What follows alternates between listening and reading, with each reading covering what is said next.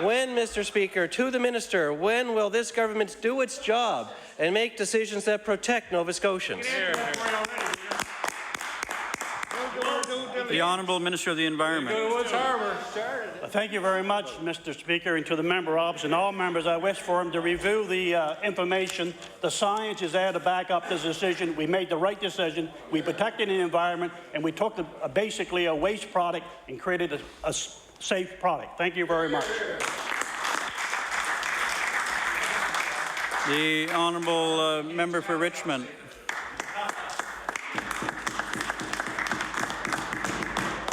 Mr. Speaker, on October 8th this fall, Cape Bretoners, Nova Scotians and visitors from around the world gathered for the opening gala of the Celtic Colours International Music Festival.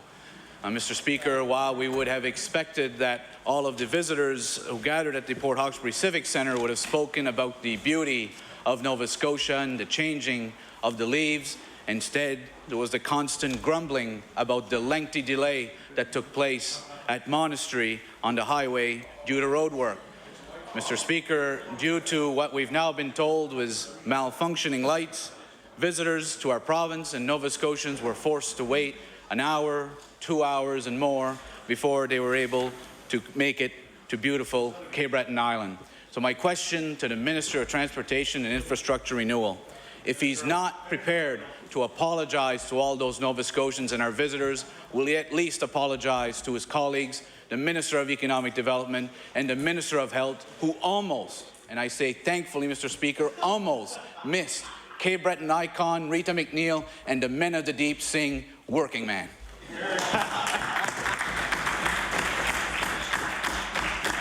The Honourable Minister of Transportation and Infrastructure Renewal. I thank the member opposite for the question, and I have on each and every occasion, whether I've been contacted by email or directly by Cape Bretoners or other people, some from my constituency, apologize for the fact that technology failed and that it certainly is an embarrassment to how it's been handled. Staff responded as quickly as possible. I make no excuses for the fact that these delays were unacceptable. Hopefully they will not happen again. I know personally, considering the situation of where I was spending my weekend that time, I would have been as frustrated as many of them have. So could you please pass on to your constituents? If they want to hear directly from the Minister on this case, tell them to give me a call and I'll apologize to them personally. The Honourable Member for Richmond on your first supplementary. Well, thank you, Mr. Speaker. And I certainly commend the Minister that, because it had been my understanding that the Department of Transportation last number of years had implemented policies to specifically deal with Friday afternoon traffic, to deal with holidays, and being our province depends so heavily on tourism, the importance of making sure that traffic flows regularly on such holiday weekends. So I'm wondering if the Minister could advise us, has there been any updates to that plan in light of the unfortunate situation that took place at Monastery on the day of the opening of Celtic Colours? The Honourable Minister of Transportation and Infrastructure Renewal. To the member opposite, thank you, Mr. Speaker, and thank you for the answer. I know I haven't got much time here, but I can assure you that one of the key things on a long weekend, we always made sure that the workers were off the road early, particularly when they were going to travel in that fashion. When I heard of this particular incident, I can say that as a minister, you're responsible for these things. It's an embarrassment. We've learned from the mistake, and I want Nova Scotians to know, hopefully, it will not happen again. I thank them for their patience, and on behalf of the government and the Department of Transportation, I apologize for the inconvenience. Order, please. The time for oral question period has expired. Before I go to the Government House Leader, I just want to read that some of you have ribbons or flags in your desk, and I realize it's for a very good cause, but normally the ribbons, flags, or other such displays on members' desks have not been allowed, and there have been Speaker's rulings in the past on this issue, so I would ask you to kindly take them off your desks, even though it is for a very good cause. The Honourable Government House Leader. Thank you, Mr. Speaker. Mr. Speaker, could you please call public bills for second reading? Public bills for second reading. Would you please call Bill number 85, the Police Act? Bill number 85, the Police Act. I believe the Honourable Member for Halifax Clayton Park was in full flight and will turn it over to her at this time. The honourable member for Halifax Clayton Park. Well, thank you very much, Mr. Speaker, and I appreciate that comment on my starting of discussion last night on Bill 85, which is an amendment to the Police Act. And Mr. Speaker, you will recall that we were talking about victim services, because although this is an amendment to the Police Act, it's actually relating to the notification of victim services staff, either at the police department or at the Department of Justice, where we do have a victim services division. So last night I was taking the opportunity to talk about some of the shortcomings in this program and some of my very deep concerns about how it's operated and really what benefit or what value we're getting from this program as it's currently set up, Mr. Speaker. And Bill 85 just barely touches the surface. It barely scratches the surface on what needs to be done in this area. And last night, a number of speakers made the point that really it isn't even necessary for the Minister of Justice to bring this forward. I mean, there's been some suggestion by the Minister that particularly the RCMP wanted to have legal authority to release any information about a victim to those very people who are in the victim services area and want to provide services. But, Mr. Speaker, our understanding is that virtually all police forces are doing it anyway. And further to that, it looks so much like just a very weak attempt to build up the number of bills that are going through this House to make it appear that there's a volume of work going on here, which in fact there isn't. This is a very, very minor bill that could be dealt with through the powers that the Minister has anyway. And, Mr. Speaker, just to begin with, I had looked up the Police Act so that I could see where this amendment would fit in and how it relates to the Act. And on the very first page, when I turn over the cover page, the very first page has a listing of the duties of the Minister. And so that would be under Section 5, and there is a section, subsection 3A, and I just want to read it to the group. It says, for the purposes of the Act, the Minister may issue a directive or a standard operating or administrative procedure to a police department, and the police department shall comply with the directive or standard operating or administrative procedure. And I can't think of what else this would be that's before us in the form of a bill that's going to go forward, I assume, and become an act of the legislature, when in fact all it needs is a stroke of the pen and a directive from the Minister to tell the police department to do it. And that's all it requires. And I think the Act is very clear. You can see it's a large Act. The Police Act is about 30 pages. But you don't need to go past the first page to see that the Minister has the power and the authority today under this Act to do it. So, one's left to wonder why he went through this sort of, I referred to it as a bit of a mockery. It's a bit of a charade, really, to call in people from the status of women to support the bill, to call on somebody from the RCMP Victim Services to come here to the legislature and support this bill. And of course they will, Mr. Speaker, because victim services is important and they want to promote services that are going to help the victim. But our point in talking to this, and I know my colleague from Richmond spoke at length on it, our point is that this is not going to change the delivery of the services in this province. If, in fact, it does anything, it may increase the demand for victim services. It may possibly, I'm willing to give them the benefit of a doubt, it might actually mean more people are notified about the services. And if they are, then, Mr. Speaker, we're going to have more people asking for help. And we're not dedicating any more resources to it. There's no indication that we're going to increase the allowance for counseling services or increase the support that we're giving to people who are victims of crime. And last night, I think I outlined pretty clearly where there are some deficiencies in that.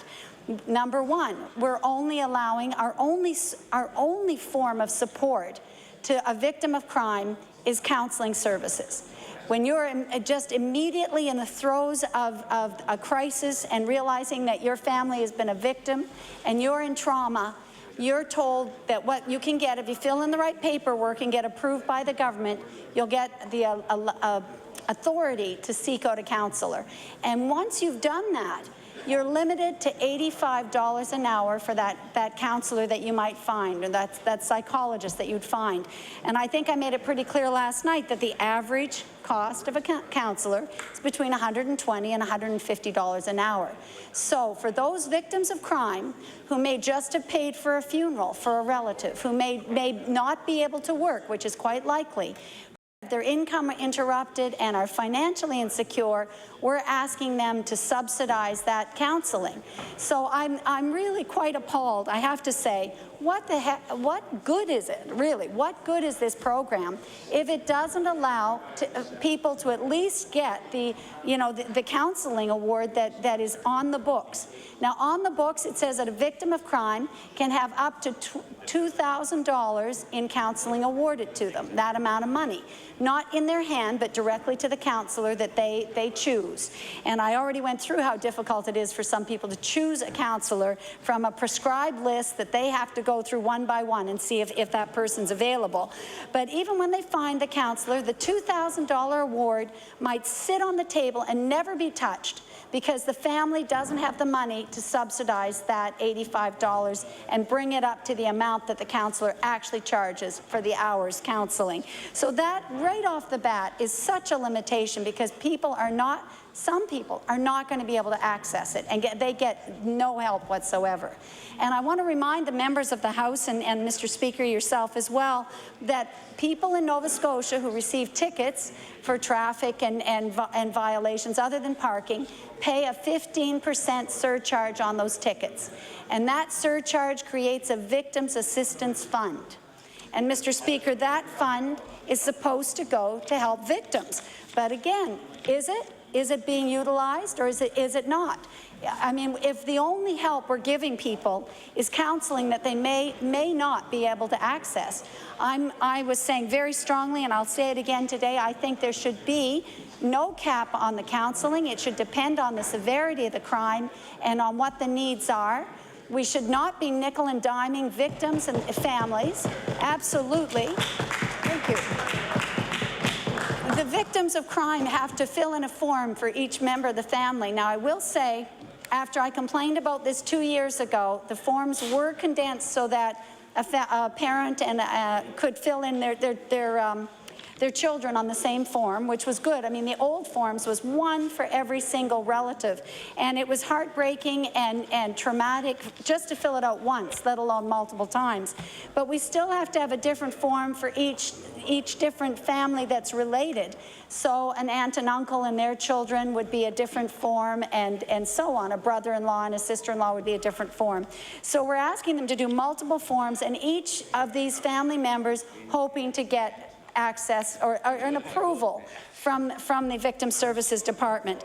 And Mr. Speaker, I pointed out yesterday there's been some ludicrous rulings, and one of them, I will go back to the Minister of Transportation and Infrastructure Renewal, is very well aware of the murder, the homicide case of Paula Gallant, and the fact that one of her brother-in-laws was approved for counseling and one was not, in a very close-knit family when all of the relatives were very close, and everybody was very, and remains deeply traumatized to this day. And what a situation to put a family in, where you have to go back and appeal, and you have all of 30 days in the midst of your crisis to make the appeal.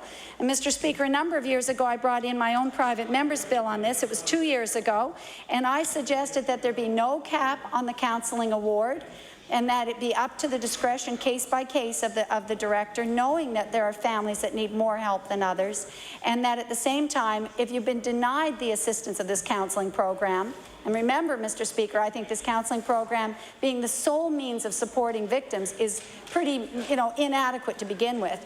But in the case of an appeal, if you've been turned down, I think you should have a lot more than 30 days. I think it should be at least half a year, say 180 days, because families are in trauma and they can't deal with that kind of bureaucracy.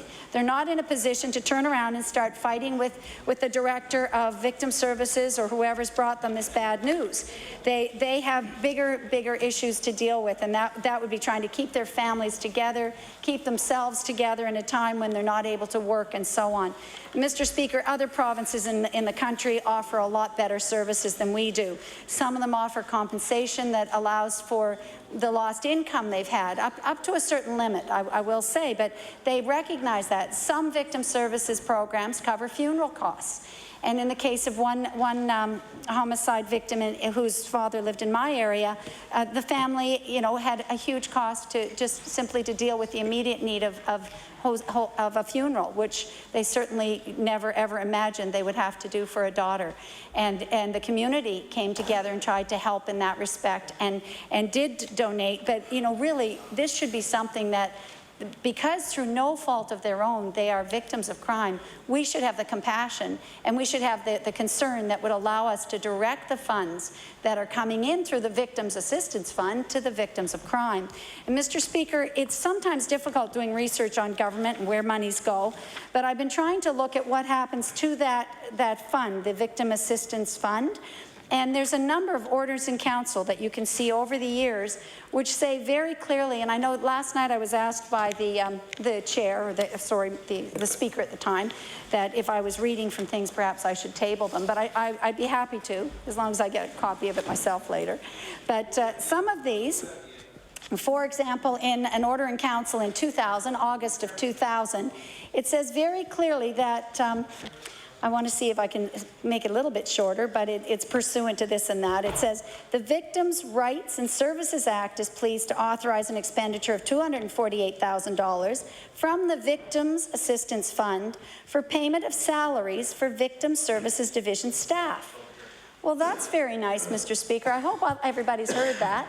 $248,000, that's very good, is going to be taken from the Victims Assistance Fund to pay the salaries of staff in victim services.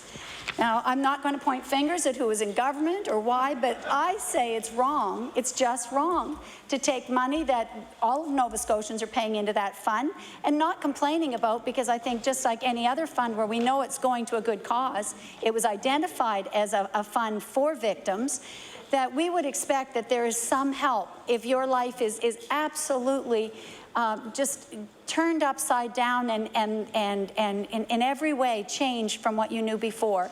And you might be unable to work, which is the case with people I know, unable to resume a lot of your normal activities, even years after the crime has taken place. And I think it's not surprising that that would be the case, because some crimes are so horrendous. And so, as I said last night, impossible for us to imagine being in that position. And I think, as a compassionate province, we should be looking at why we would be directing funds from the Victims Assistance Fund into just regular operation of government. Really, it's just not right. I would far rather see those funds be administered through the police department and given to the victims than we set up a bureaucracy within government, and then we have to basically rob from this fund that was set up for victims to fund the government operations. I think that needs to be reviewed and looked at, and I'm hoping that will happen. And that wasn't the only time. I read that one from August of 2000, but it continues. The only difference is they don't tell us the amount from year to year. There was another one in 2006 which says that they'll continue to do that, and it says there again, under the Victims' Rights and Services Act, to authorize the expenditures again from the Victims Assistance Fund for payment of policing and Victim Services Division employee salaries and support worker fees from April 1, 2006 to March 31st, 2011. So right up to this fiscal year, Mr. Speaker. So this has been in place for a long time, but it's not showing us the amounts that were dedicated each year. It's left it open. And so I'm pretty much prepared to say we're not putting very much into the help for our victims of crime. And if it's true, I had reviewed the transcript from Public Accounts in 2008 when the Deputy Minister of Justice came before us, and I asked her questions at the time around the financial issues of victim services, how much money did they have in the fund, and so on. At that time, and she was accompanied by the Director of Finance for the Department of Justice, she indicated that $220,000 went for counseling that year, and the budget of the department, or that program, Yes, Mr. Speaker. Order, please. There seems to be a bit too much chatter in the chamber, and in the honourable member, it's hard to hear. It's hard for her to get her point across. So I just ask that if you have conversations, you can take them outside, please. Thank you. The honourable member for Halifax Clayton Park.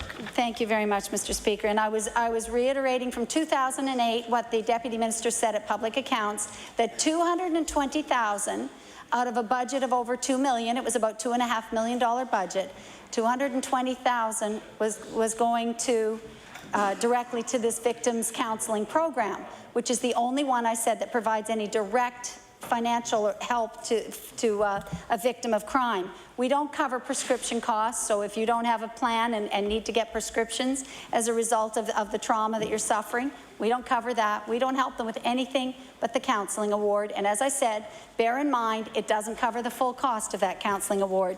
Now, there are people in the Department of Justice who will say, oh, you can find some counselors on that list that will do it for $85. Some of them will. But when you find yourself as a victim of crime, I said, again, you've got the list of 19, it was 19 that was on the list that I saw of counselors for HRM, and it's your job to call through the 19 and to find out who might be available and who would consider taking you on for the amount that's allocated by the government's regulation, which is $85 an hour. And a lot of them will just say they can't do it. And there's also no way for you looking through that list to say, who's best if I'm a victim of sexual assault, or I've been robbed, or I'm a victim of homicide. I'm a family member who's lost a loved one. There's nothing in there that indicates which of these counselors have that ability. And I can tell you that, particularly for homicide, there are counselors who are not able, and they will tell you that when you call. They'll say, I'm just not prepared. I've always dealt with domestic violence, or I help people with children who are suffering from trauma. I'm not able to deal with this. It's too big, it's too difficult. And so as the victim, it's your job to go through this list. Can you imagine how difficult that is when you're just trying to get through every day, to just manage day to day? They are absolutely, and I can say this from experience as an MLA who's gotten involved and thought that our Victim Services Division would get involved and come out and help people, and discovered that they sent them paperwork and that nobody helps them fill out that paperwork, and they expect people to have the wherewithal to do that. And in the case that relates to my neighborhood and the gentleman that I know, Mr. Horn, who lost his daughter Jennifer, the entire extended family was unable to deal with that paperwork. Even I thought there may be other members that could help, but nobody was able to at that point in time, and no wonder. And I just thought that the government employees whose job it is would have the training, the experience, and be able to go in and sit with them and intervene and help them, because you don't want to be faced with bureaucracy and forms when you're in the midst of that kind of a trauma. So in looking at this bill, and I have to go back to Bill 85, don't I, Mr. Speaker, because this is part and parcel of it. My point is, we're putting a bill before the legislature which will essentially pretend that something's happened for victim services, when really this is not on the ground, at the end of the day, going to make a hill of beans difference to the people who are being impacted, that find themselves completely, broadsided by suddenly seeing themselves as a victim when they never ever imagined that would happen in their lives. And the fact is, it can happen to any one of us, to people that are dear to us, to people we know in our communities. And through no fault of their own, they're in this position of needing help. And our help here in Nova Scotia is really inadequate, absolutely. And looking over time, the evolution of this bill, I guess where we're at today, we have a Victims' Rights and Services Act, and I think maybe that's where this amendment that's before us probably should have been, I would have said, rather than the Policing Act. Because if we'd opened the Victim Services Act, we could actually make some differences. We could actually rewrite it perhaps today while we've got the attention of government on victim services. There is so much that needs to be done, and I'm really asking that we review the support that we have for our victims, and that we look at the money that's collected from these fines and surcharges and redirect them where they belong and where the people of Nova Scotia believe they're going. I mean, what an affront to think that for years and years we've been paying salaries and benefits and support staff costs in victim services in the Department of Justice, a big department of government, taken from those fines that are coming in that should be, and people believe are directed to victim services, victims themselves, a victims assistance fund. That's what it's called.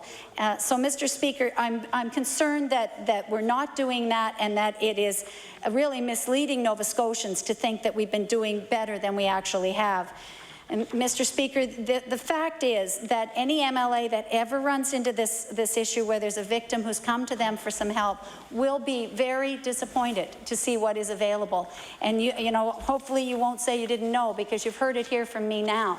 But in my first 5 years in the legislature, I had never had the direct contact really with that area. I just thought, like so many other things, that we have a social safety net, that we have the pieces in place to help people when they really need it in Nova Scotia. And this is something that even the federal government supports. I don't know if people have been seeing the ads lately on television. Victimsmatter.ca, the federal government is directing people to come and have a look. And you know, there's lots of advertising now coming from them. In fact, if you live in New Brunswick, they don't just make a bill to say that the police have to inform you if you're a victim, have to inform victim services. They advertise, if you're a victim, call us. They reach out. It's been on their television. People that have been from Nova Scotia and saw that in New Brunswick were just amazed that there was that kind of outreach to call on people to come back. You know, I think, Mr. Speaker, that there's been a lot of hyperbole from the department around this bill. And again, I welcome the attention on victim services. So the fact that this bill is before us, you know, could be advantageous. The fact that we're able to stand in the legislature, not just myself, but the member from Richmond, the member yesterday from Cape Breton North spoke on this, and I'm sure there are other members that want to speak on it, because they're going to feel the same outrage that I do, the same disappointment that we are offering such an inadequate program. Mr. Speaker, yesterday I started to look at the press release that the Department of Justice had put out around this, and I just think that it indicates that something is really going to change for victims, and I don't believe that it in fact will. It says this change will make sure all crime victims in the province will be referred to helpful support services in a timely manner. Well, where does that indicate that those support services are? You'll have to fill in a form, and if the department decides you're eligible, you can go through the list of counsellors and pick one, and you won't have enough money at the end of the day probably to pay for it. So that's great. You know, I mean, there's a whole story behind this that is not told.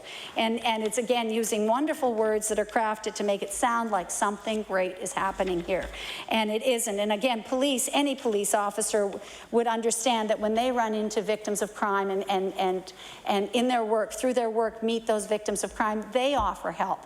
A lot of them are far more sensitive, far more helpful to the victim than you'll find in others. And again, from Kevin Horn's own statements when he spoke to me, and when he's given me statements about how they felt they had been treated, they say time and again that the police couldn't have been better, that they have been marvelous. Family and friends have been supportive. They talk about the courts being, you know, quite helpful, the Crown attorneys particularly being very helpful in keeping them informed. But they don't even mention victim services. It just doesn't figure in the picture, and there's a reason for that. It's because they weren't the people that provided any real, tangible support, the kind of support that's going to get you through a crisis or give you faith in humanity and sort of restore your sense that people care and it's going to make a difference and you will get through this. That's the kind of help you need. You need somebody that sits and helps you through even the bureaucracy of it, that holds your hand and will go over it with you. Not somebody who sends you a note that says, you know, if you're not happy with this result, you can appeal within the next 30 days, and if you have any questions, call us and we'll see what we can do. You know, that's not what they need, Mr. Speaker. They need somebody who's compassionate, somebody who cares, and again, somebody with some special training. And I was quite shocked when I looked into this in 2008 to find that we had 27 employees at that time across the province in victim services, and none of them are counselors. None of them are really trained or you know, professionals that could go out and do the counseling side of things. And Mr. Speaker, that's really what I would like to see, is that if we're going to set up a bureaucracy around this, we have the sort of people that can be on call, that can get out there and be there for the people. You know, not unlike when there's a sexual assault and we have the nurse examining program that goes out, and it's something that's been very effective. We have specially trained nurses who will come out, and they're on call. They'll come out any time of the day or night to help and support a woman who's been a victim of sexual assault. And that makes a tremendous difference. It makes it so much more sensitive, so much more, I guess, just less threatening for the victim of crime to come forward and to have somebody to talk to who can guide them through that. I can't see why victim services wouldn't do the same thing, and if they're not equipped to, then I can't see why we don't direct our money to the police forces that have those services, or that at least have begun to have victim services. I know that HRM has a victim services office. The RCMP does as well, because their representative came here the day the bill was introduced. So why don't we put it in the hands of the people that will come and make a house call and look after some of the needs of our victims of crime?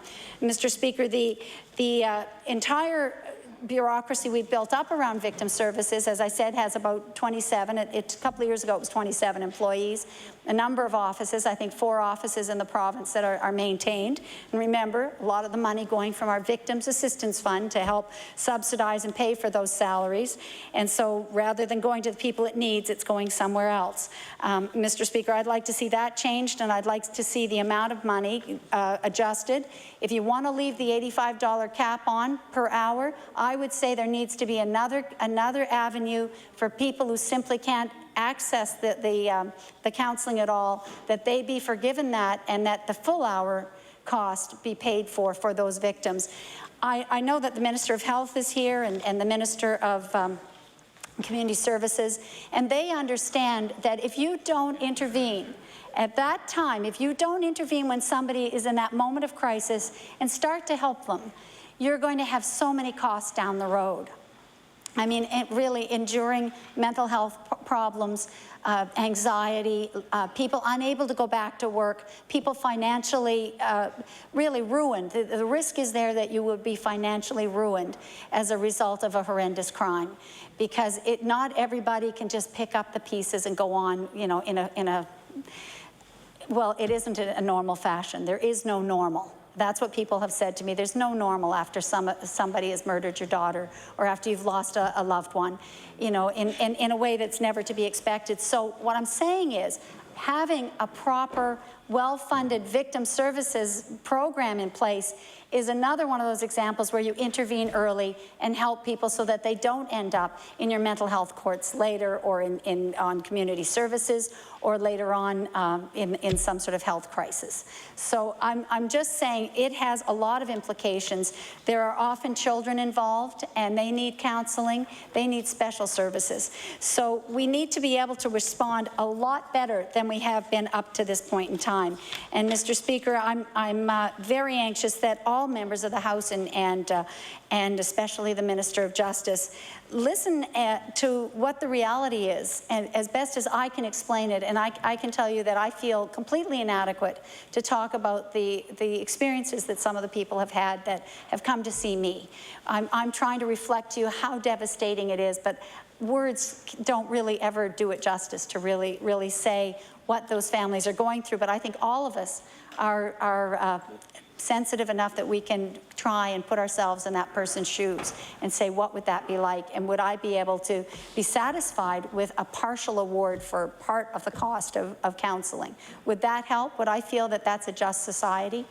You know, I don't really think so. And Mr. Speaker, I mentioned yesterday, and I think it's worth mentioning again, because perhaps the minister will hear it. I'm not sure if he was here. He probably was. But yesterday I mentioned the actual court services. Victim services staff look after 4 programs. One of them, of course, is awarding these counseling approvals, basically. They don't do the counseling. They don't go through the list with you. They just say yay or nay and make sure a check goes out to your counselor when the bill comes in. So that's that program. They also provide some help with writing your victim's impact statements. So when the time comes that you're in court, when you get to that stage, they will help family members craft the impact statement. That's helpful. Some families probably need that more than others, but at least they explain it to you, and they explain the court process to you.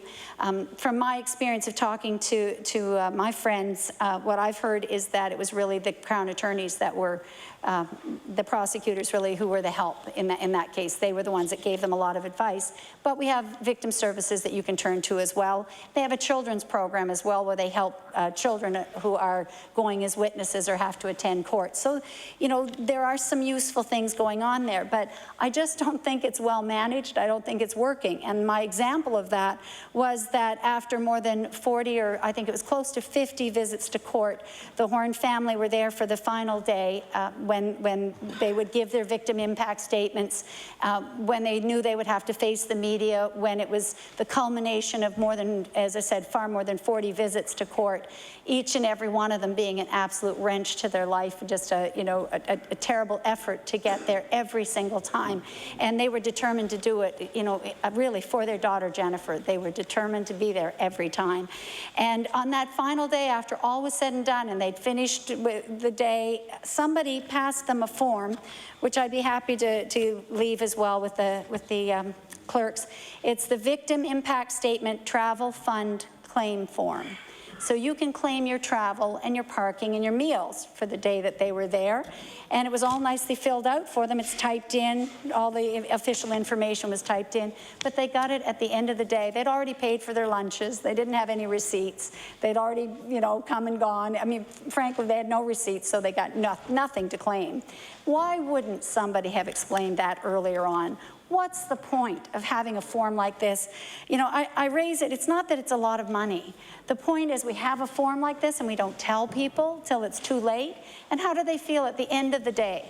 At the end of what is just a horrible day, a terribly stressful day to go through all of that, and going home at the end of a trial and realizing that this form was given to them too late and there's nothing they can do, and you know, it's just completely insensitive. It's really ridiculous. So I don't know who's responsible for giving these forms out. Don't know if it's Victim Services, but it does say, it actually says Victim Services on the top, Department of Justice Victim Services.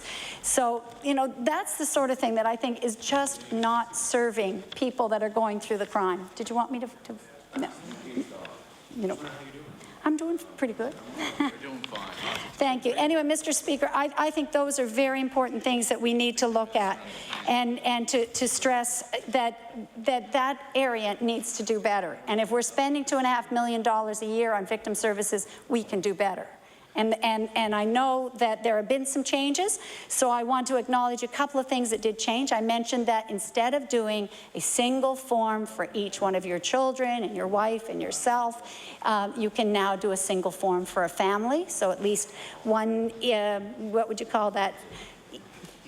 What do you call that? Anyway, a single family unit and another single family unit that are all related. They each, you know what I mean. Nuclear family, that's what I'm thinking of, one nuclear family. It's a little better. You don't have to do it again and again and again, but that's one problem that has been resolved because it was simply bureaucratic.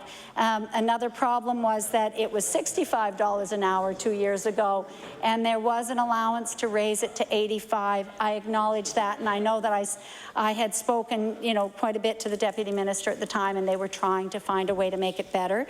Maybe if we took the Victim Assistance Fund and actually put it all into victim services directly to the victim, that would be a way to help and address some of these financial problems that might be there. Mr. Speaker, I'm trying to think of what else might have been approved. One other thing, and that was that the cap was $2,000 in the past for all victims of crime. There's been a recognition now that if you're the victim of a homicide, a family member who's lost a loved one to murder, that you are allowed up to $4,000. Again, with the cap of $85 an hour, but there's $4,000 that's available to you if you can subsidize it and make use of it. So that's better, and also that award for a homicide victim would be extended for 1 year after that case has gone to court, which is good because it recognizes that the previous system was 2 years after you got approved. And frankly, and I think the Minister of Transportation will know this, that there were people who were eligible but didn't want to apply, because as soon as you applied and were accepted, the clock started ticking for your 2 years. And if there's been no charges laid or the case is outstanding and unsolved, you knew that you would not have access to any counseling, perhaps at the time when you'd really need it, when you're going through the court system, when you're reliving this whole horror.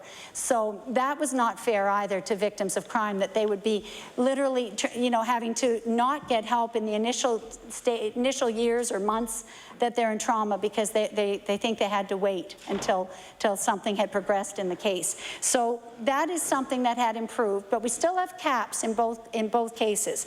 And I was saying very, very loudly that there are case-by-case issues where you need to help people, whether or not 2 years is expired or whether or not the $2,000 in the pot has expired. There's reasons why we need to be a lot more proactive and a lot more caring than we're being right now in this province. So I think that's very, very important.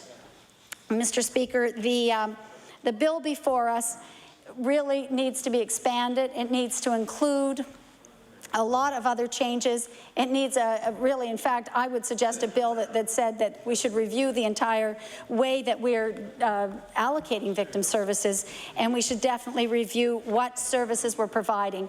Because again, I draw your attention to a couple of the other provinces, and I don't have the full chart here, but New Brunswick gives direct services for victims, including counseling, compensation for victims of crime. Then they have court preparation, court support, and the victim impact statements, which we do as well.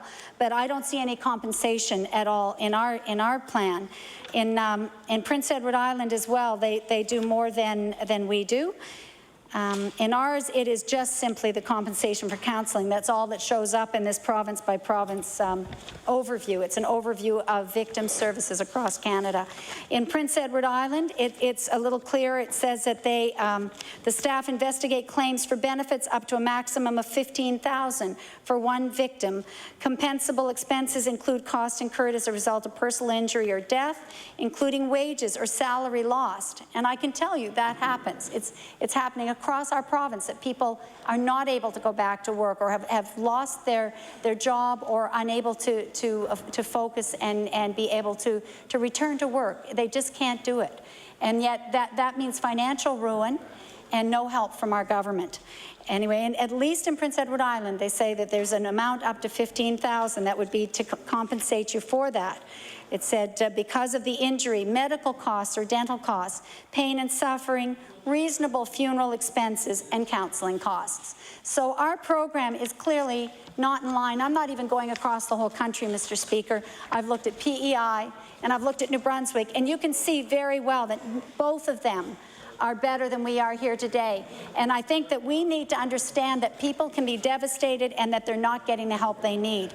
Mr. Speaker, I don't really want to quote directly from the people that I have helped, but I do want to tell you that they want to see changes and that they would like to see the province understanding that the kind of loss they've suffered, understanding why some crimes are so horrendous and so impossible to imagine, that life doesn't just return to normal. And we can't, as a government and as members of the legislature, think that just a small amount of counseling awards is going to make the difference.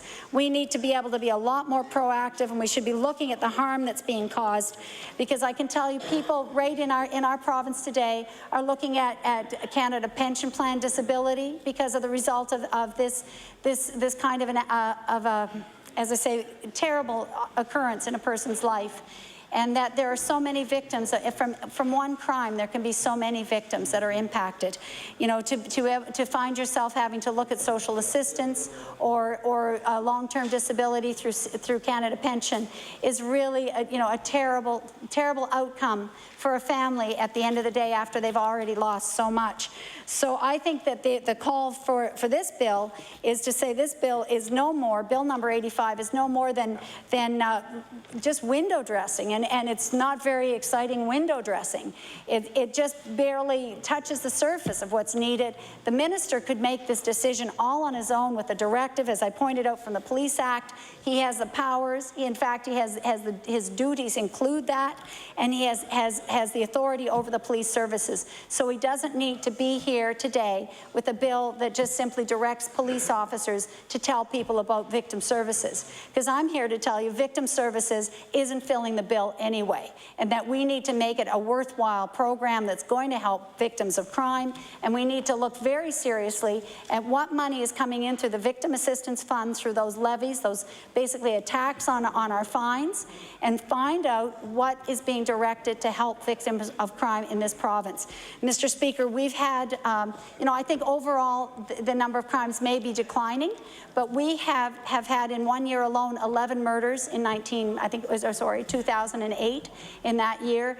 And we know this year, again, I haven't done a count, but it's a terrible thing to even be saying that we're in double digits, from year to year with murders in our province.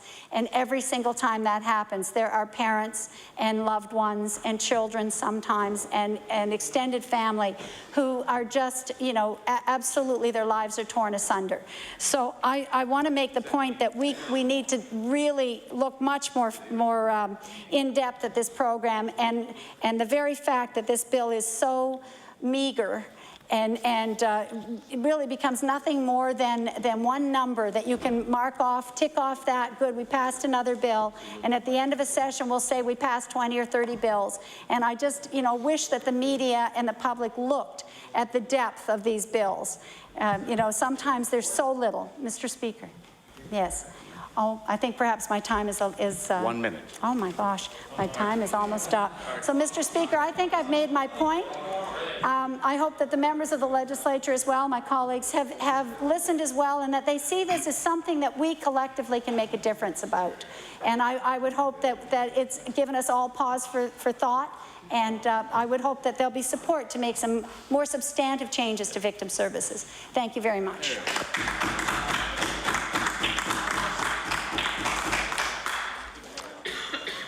I recognize the honourable member for Argyle. Thank you very much, Mr. Speaker. It's my pleasure to stand and speak for a few moments on this bill, bill number 85.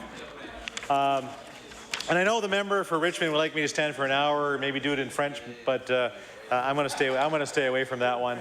Mr. Speaker, we've heard a lot over the last couple of days in regards to this bill, and what we as an opposition are against on this one is the fact that it's a nothing bill. The bill itself really is putting in paper what should be common sense. I can tell you, Mr. Speaker, if there's a police officer or a peace officer in Nova Scotia who is not reporting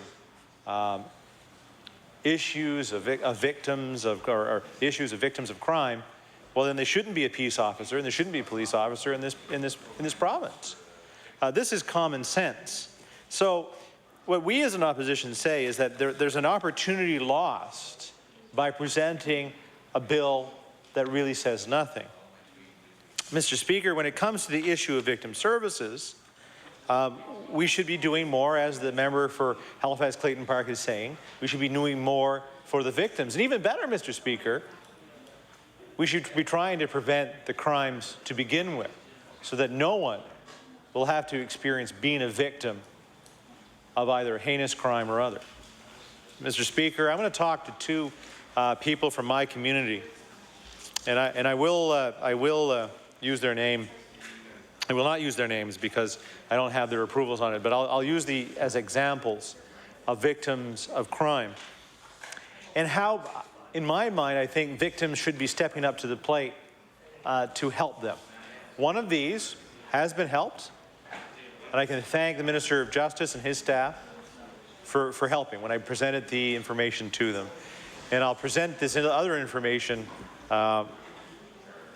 maybe later on tonight as we move on to discuss other bills in this House. Mr. Speaker, the first example I want to present is a lady from my constituency who was the victim of a shooting. Mr. Speaker, this individual was very much disabled by this shooting. She had to go through many years of rehab, and still today, because of the location of the shooting, it was in sort of her midsection, her hips, that she has trouble walking and therefore requires the use of a cane and uses sort of implants in her shoes in order to level her off. Mr. Speaker, the issue that I have on this one that is very difficult for her, she cannot work, as is obvious, therefore lives on the meager dollars that she does receive through community services. And Mr. Speaker, what happens is that every couple of years she can make application to the Department of Community Services, to her caseworker, for the new shoes that she requires, the inserts for her shoes. Looking for the word orthotics, for the orthotics that she requires for this. Mr. Speaker, she's allowed every 2 years to receive these specialty shoes, and she can only get the one pair of shoes. And I'm trying to say shoes because she can't make an application for a pair of boots, which she would probably need in our slushy winters in Southwest Nova Scotia. This is the kind of person that victim services should be helping. And I know she did receive some help at the beginning. And I know she probably received counseling at the beginning. Mr. Speaker, what I didn't say in the beginning, that she was shot, her husband, boyfriend, common law husband at the time, was killed. She is the kind of person that has lost the opportunity because of this bill. So, Mr. Speaker, I'm hoping that the minister in his closure here will talk about what he's going to be doing in the next steps. Mr. Speaker, the second person, and again I said I thank the minister in his office for the help that he did provide for the second individual. The second individual was working as a security guard and was stabbed. And because of the recovery from a stabbing, was unable to work this summer. He just couldn't. Every time it seems like he was getting forward and he'd start working again, something would flare up, he would start to bleed again, other issues would happen, and he had to step down from work again. And Mr. Speaker, he required dollars in order to survive. And I can say that, and I know it was Victim Services that did step up to the plate through the auspices of the Minister of Health's office, that he was able to move on. But this is the kind of person that we should have been standing up and talking to and thanking and making it stronger, providing more opportunity for victims of crime. So, Mr. Speaker, you know, I have but two examples in my constituency, and I know that every person here has another example of someone who has been a victim of crime, who requires some kind of help. And there's varying degrees of help, you know, from jobs to orthotics to everything in between. And this was a wonderful opportunity to help those people. And that's what we, as a caucus, have decided that, you know, we want to see more. And Mr. Speaker, what I can say is that we want to make this better.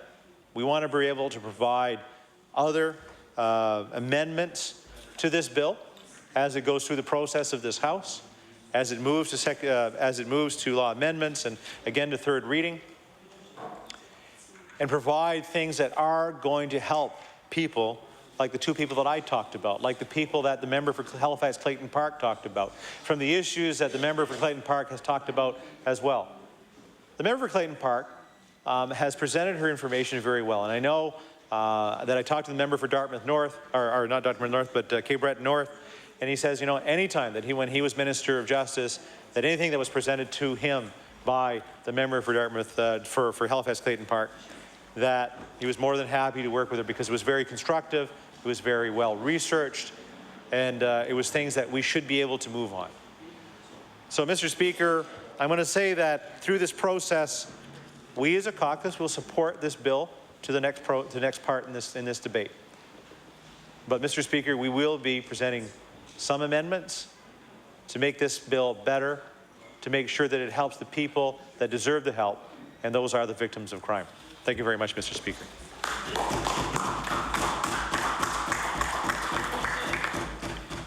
I recognize the Minister of Justice to close debate on Bill 85. I'd like to thank the speakers and Mr. Speaker, and I now close debate. Thank you. I recognize the motion is for second reading on Bill 85. All those in favor say aye. Aye. All those opposed say nay. The bill is passed at second reading. Bill number 85, an act to amend Chapter 31 of the Acts of 2004, the Police Act. Order that this bill move to law amendments. I recognize the Government House Leader.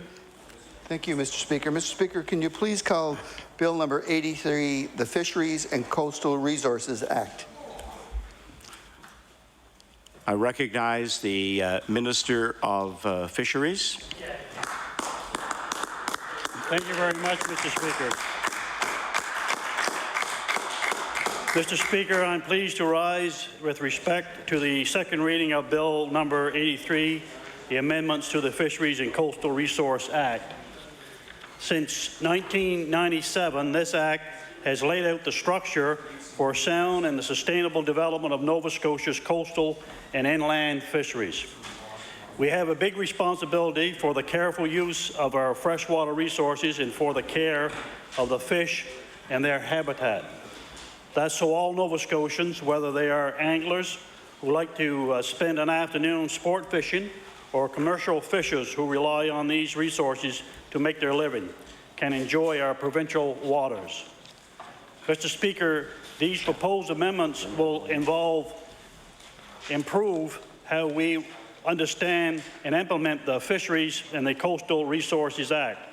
They will make it better for making definitions clearer and simple, and they will make it stronger by offering better protection to our provincial waters from the introductions of aquatic invasive species. Mr. Speaker, the bill introduces two administrative changes which include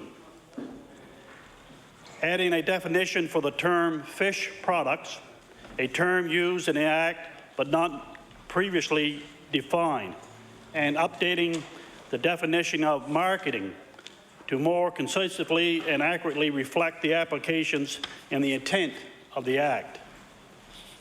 Mr. Speaker, this bill will allow us the authority to develop regulations with respect to controlling the non-authorized introductions of species into our lakes and our rivers. Introducing aquatic life from one body of water into another may be harmful to the existing species and that ecosystem and the natural beauty of our lakes and our rivers. These species can have harmful effects on our recreational or commercial use of our waters. It is currently illegal under the existing legislation to introduce fish into fish habitat without a permit. But this illegal introductions still happen. Mr. Speaker, it is very difficult to stop an action that takes less than seconds to happen. In fact, there hasn't been a single charge laid anywhere in Canada for the illegal introductions of fish species since 1984. Again, Mr. Speaker, that is why we need to ensure that the necessary tools are there to effectively manage and respond to this problem. Despite stewardship and education awareness efforts, the problem continues. Smallmouth bass have been documented in more than 240 locations in Nova Scotia, and they are in a majority of our 46 major watersheds in this province. Chain pickerel occupy approximately 100 lakes in Nova Scotia. Both species have extensive negative impacts on the native species. Once introduced into a new habitat, an invasive species competes with native species for their space and diet. Native species are forced to find other sources of food. These changes impact on the overall conditions of our native species. The problem certainly is serious. Aquatic invasive species threaten our provincial sports fish. The speckled trout, the 2 endangered species in Nova Scotia, the Inner Bay of Fundy Atlantic salmon, and the Atlantic whitefish, the latter of which is found only in one watershed on this planet. Mr. Speaker, authority to develop regulations that limit the possession and transfer of live fish in fresh water will help us stop these introductions. Our government has listened. When many stakeholders groups and industry organizations such as the Trout Nova Scotia Salmon Association, the Atlantic Salmon Federation, and the Nova Scotia Federation of Anglers and Hunters said they wanted this problem addressed, I am pleased that this important stakeholders groups support our government's leadership in addressing this problem. Hear, hear. Our government is taking the lead. Hear, hear.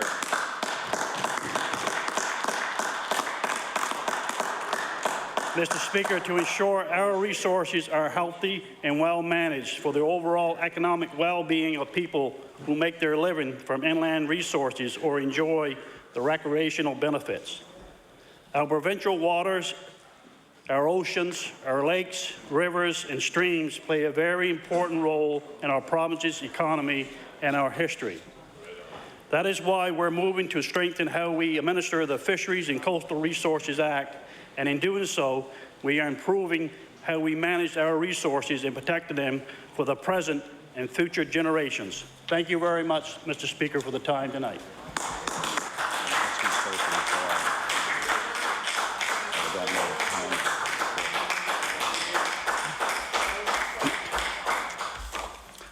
Recognize the honourable member for Digby Annapolis. Thank you. Thank you, Mr. Speaker. I'm pleased to rise and speak on Bill 83. And as you know, I know a little bit about fish. And that's good when I get a chance to talk about fish. And this act is to help protect our inland and coastal waters. Coastal waters are mentioned, and I'm glad that coastal waters are mentioned in this bill, because the provincial government have a major responsibility for development of commercial and recreational fisheries. And that's what I wanted to see in this bill, and that's what we need to hear in this bill. And these invasive species, Mr. Speaker, are a problem, a big problem. I've heard of people down home, especially these chain pickerel. Some of the lakes down in our area, even the frogs are gone. They've annihilated the frogs in these lakes, and I don't know how that's ever going to recover unless frogs can be introduced. I'm sure once these pickerel and smallmouth bass are taken out of the lakes, that trout can be reintroduced again, and I believe the anglers of this province can thrive again in our trout. But how we're going to introduce our frogs back in some of these lakes is another question, because I don't know of anybody who's raising any frogs. So I mean, there's 250 lakes in this province that's infected by this, and I believe this is a good bill, Mr. Speaker. I'm glad the minister brought this forward.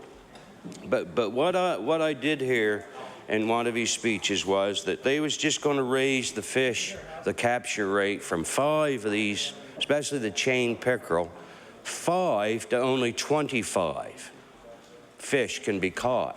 Now, why we're going to put a limit on these fish that need to be cleaned out of these lakes, I'm not sure. I can't get a handle on that. I would say let the anglers go at it and clean these fish out just as fast as they can.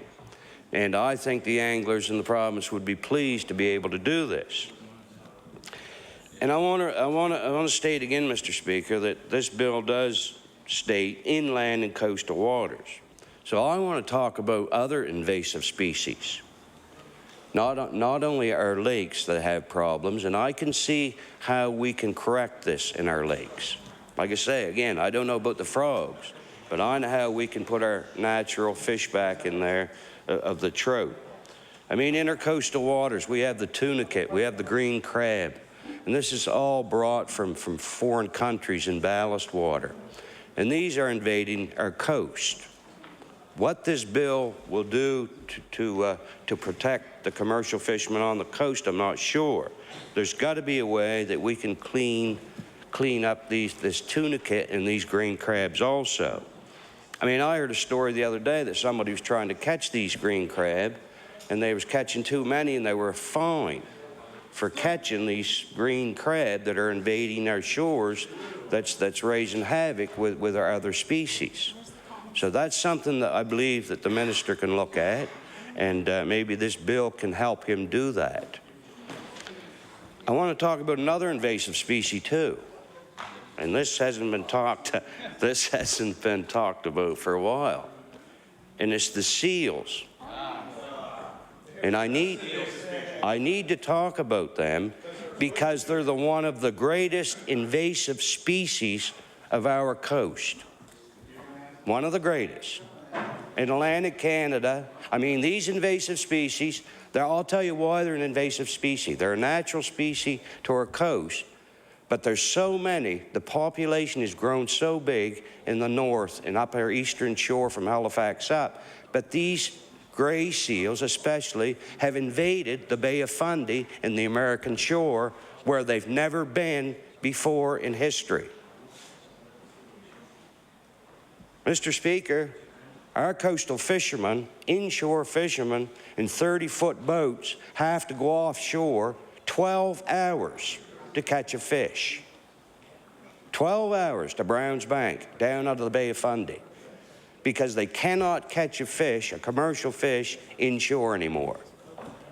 These invasive species, seals, have invaded the shores so bad that the Great Bank of Georges cannot produce enough fish out there to feed the inshore fisheries of this province.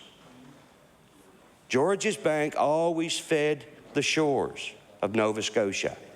Georges and Browns Bank, I should add, especially in the Bay of Fundy. This bank cannot produce enough. The boats have to go out on that bank to catch what fish there is, the bigger boats, the bigger draggers. The smaller boats can't get there. They can get to the Browns Bank area from up where we live in the inner Bay of Fundy. But that's where they have to go.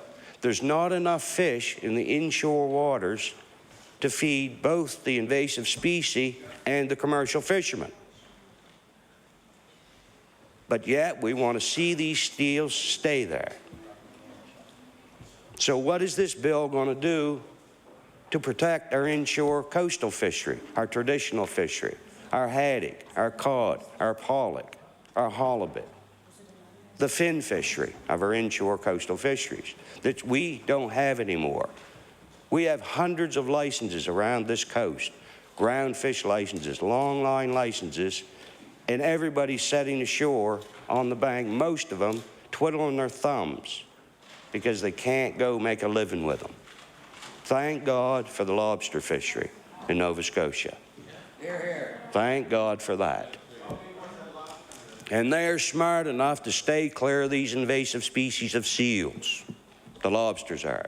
I don't know when they're going to get smart enough that the seals are going to take them over, and I think it's happening now.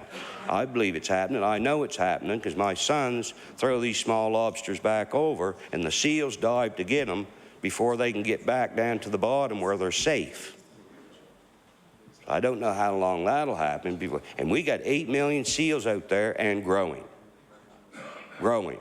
From 2 million 10 years ago. But we need to save. There's people that says we need to save these seals. We need to save them. We have the same people. We got people trying to grow fish around this province commercially in aquaculture because there's no ground fish around the shores. Let's grow some fish. You got the same people who want to save some seals that don't want to grow fish. Mr. Speaker, I don't know what this bill will do to correct that. But if something isn't corrected around this coast for the commercial fishery, We're all going to be in the city. We're all going to be living in the new convention center up here. Because there won't be much around our coastal areas. They're leaving. Our children are leaving.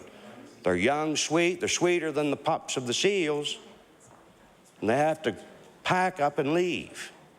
And they're leaving steady because of these invasive species, the seals. And that's over 50% of the problem in our coastal waters, Mr. Speaker. And I got to be careful here because I can get worked up about it. And I don't want to. I want to try to talk some common sense and figure out how this bill. It's great. It's great this bill is going to help the anglers in our lakes. It's great. We're going to get rid of this invasive species. But you know, Mr. Speaker, I'm waiting for when this goes over to law amendment, because I believe there's people going to be there maybe that want to save these chain pickerel. That's what I'm scared of, and the Angler Association of this province better beware of that, and the minister too. Let's save everything that's invading us, that's changing our lives. And I mean, the anglers I think that their lives has changed because they can't catch a speckled trout. How do you think our lives have changed in the coastal communities of this province, where we can't feed our children and have to send them out to the polluted areas of Alberta to make their living? Anyway, Mr. Speaker, I won't go on anymore. I just needed to make that point.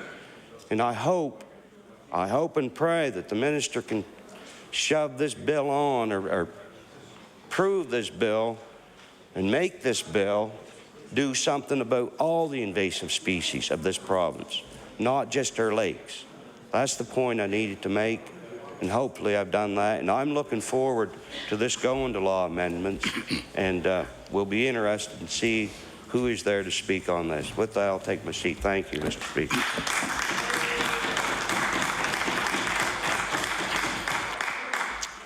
I recognize the honourable member for Cape Breton West. Thank you, Mr. Speaker. Mr. Speaker, I rise this evening in support of Bill 83, amendments to the Fisheries and Coastal Resource Act. In Nova Scotia, fishing is more than just a job. For many Nova Scotians, it's a way of life, a vocation passed from father to son, generation to generation. Fishing villages dot our coastline, and obviously, the industry sustains their unique way of life. In 2005, a Gardner Pinfold study showed that the direct GDP impact of the ocean sector in the Nova Scotia economy was estimated at more than $2.5 billion, Mr. Speaker. At that time of the study, the ocean sector accounted for about 7% of total provincial employment. Those are numbers. Those are hard-working people who are worth protecting, Mr. Speaker. Mr. Speaker, the fishing industry is an important part of our province's history.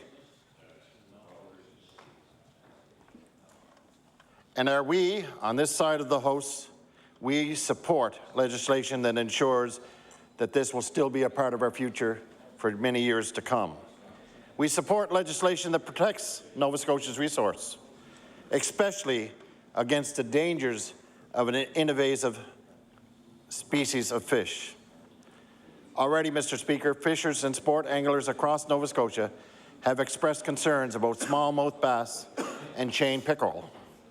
Smallmouth bass have been found in more than 240 locations in Nova Scotia, while the chain pickerel can be found in as many as 100 lakes here in the province of Nova Scotia.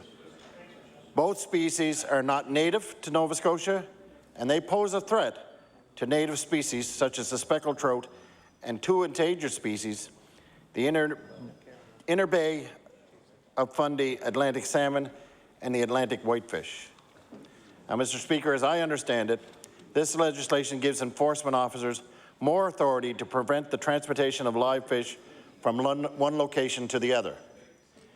And that the minister intends, through regulations, to introduce fines and other penalties.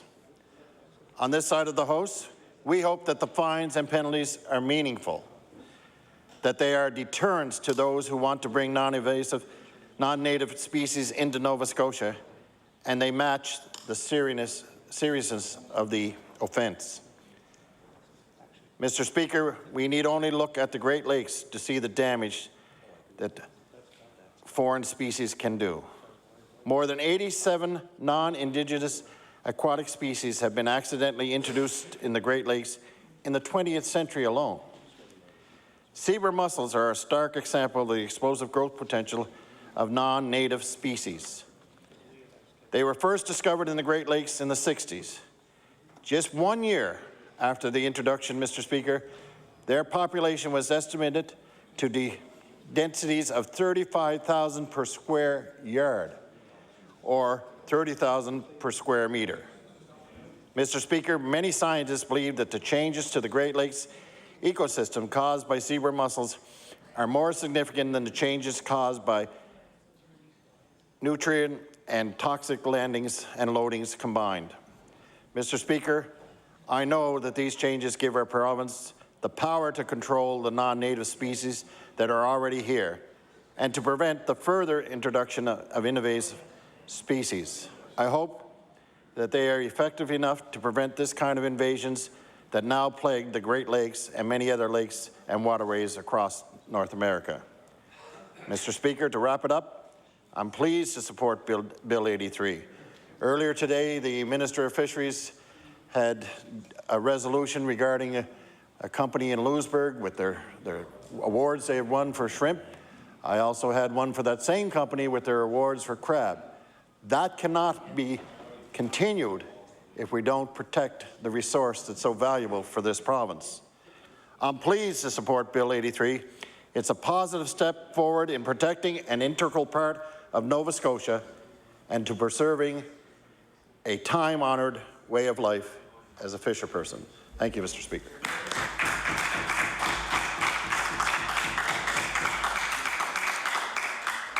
I recognize the honourable member for Richmond. Thank you, Mr. Speaker. It's a pleasure to rise this evening and say a few words on Bill number 83, the Fisheries and Coastal Resources Act. Mr. Speaker, a review of this bill shows that it has quite a wide scope in some of the changes and the amendments that are being made, and there has been some discussion on the side of invasive species being introduced into lakes and waterways of Nova Scotia, but there is well some changes here that address the issue of the licensing of processors and the marketing of seafood products here in the province of Nova Scotia. Mr. Speaker, I'm proud to say that Richmond County is still one of the largest producers of seafood in Nova Scotia, especially with the tremendous growth of the snow crab fishery, which has taken place over the last number of years. Mr. Speaker, as I'm sure the Minister of Fisheries is well aware, fishery products continue to be one of our #1 exports in value here in Nova Scotia, especially when one looks at fish such as snow crab, lobster, scallops. Those are certainly your higher end products that are generating a significant amount of revenue for our province, but as well we've seen the growth of mussel farms and other different aquaculture developments as well, along with the continued importance of the groundfish fishery in certain areas of Nova Scotia. Mr. Speaker, when it comes to the processing side of it, there's a bit of a division of powers that takes place between the province and the federal government. You do have the Minister of Fisheries, which does provide the processing licenses and the buying licenses, yet you also have the what's now the Canadian Food Inspection Agency, which does a great deal of the regulatory work in the inspections of fish plants, inspection of processing facilities, which used to be done by Department of Fisheries and Oceans, but has now been sent over to the Canadian Food Inspection Agency. So there is a bit of a a dual role that takes place there, and having looked at some of the proposed changes, I'm left to wonder as to whether the province, with some of the changes being proposed, will be mimicking the work that is already being done by the federal agency, especially when it comes to the inspection of plants and the inspection of some of the seafood that's being processed. And maybe the Minister of Fisheries will be able to clarify that later, because I'm sure the last thing that we want to do as a province is increase the amount of red tape that is being faced by our buyers and processors in Nova Scotia. Mr. Speaker, in Richmond County, as I mentioned, there are millions of pounds of snow crab which have been landed in the last number of years. And last season, the individual license holders had quotas in excess of 200,000 pounds per license. Mr. Speaker, I believe in speaking with a local processor that there was approximately 9 million pounds of crab bought just by that one buyer. Whereas we have 2 or 3 other buyers that are active in Richmond County as well. But I believe the figure was almost 7 million pounds of that were processed in Richmond County, which would make Richmond, the plant on Ilma Dam, would be the largest snow crab processing facility in Nova Scotia. There are larger ones in New Brunswick, and I believe there may be some larger ones in Newfoundland as well. But, Mr. Speaker, needless to say, any changes that are being proposed that would impact those operations, that could potentially have a duplication of some of the inspections already taking place, is of great concern to me and great concern to my community. So I'm looking forward to hearing what the Minister of Fisheries will have to say on those concerns and some of the proposed changes that are included in Bill number 83. As well, there's been some talk about some of the changes on the marketing side. Mr. Speaker, in many ways in Nova Scotia, our seafood products have sold themselves.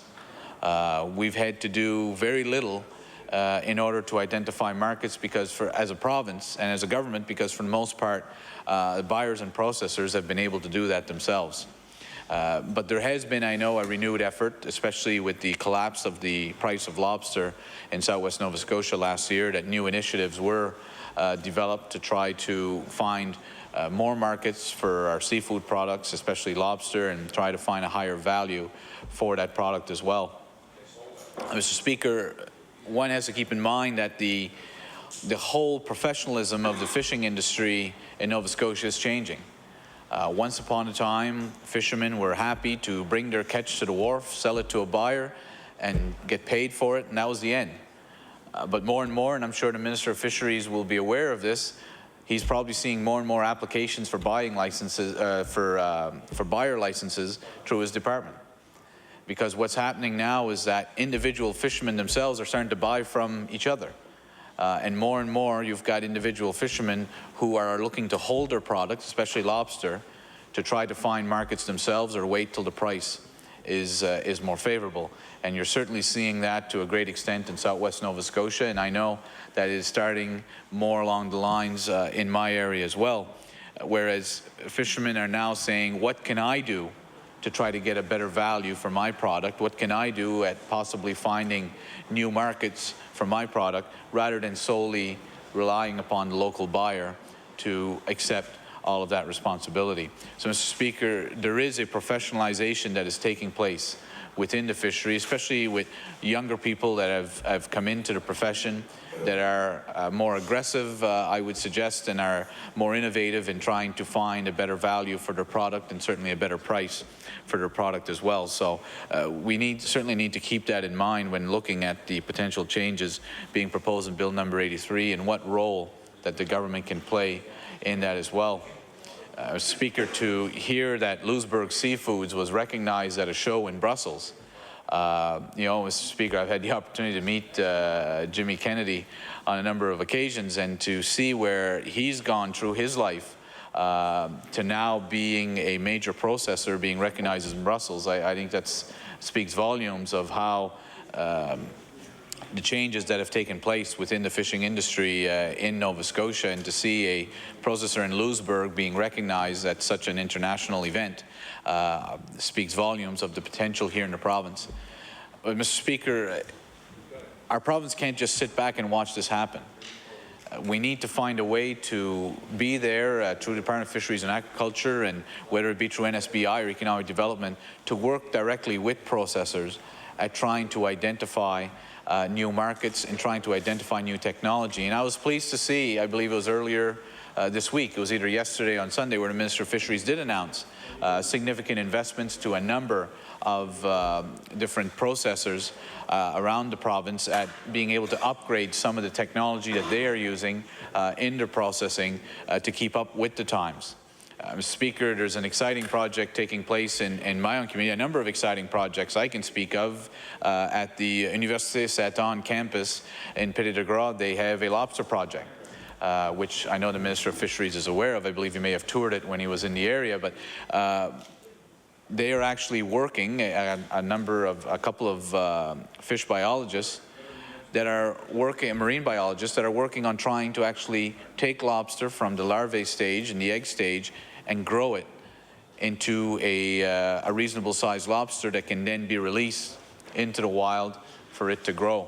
Mr. Speaker, if that technology can be perfected, it will certainly create a safeguard for the lobster industry in Nova Scotia. And I want to say that a number of the funding that is going towards that project is not only coming from the different levels of government, but some of the fishermen's organizations themselves have been investing money. They've been investing some of their time and some of their techniques in trying to make this project a reality. And so, again, I think that goes to, it's not only the role of government to be able to stand there and tell the industry, here's what you need.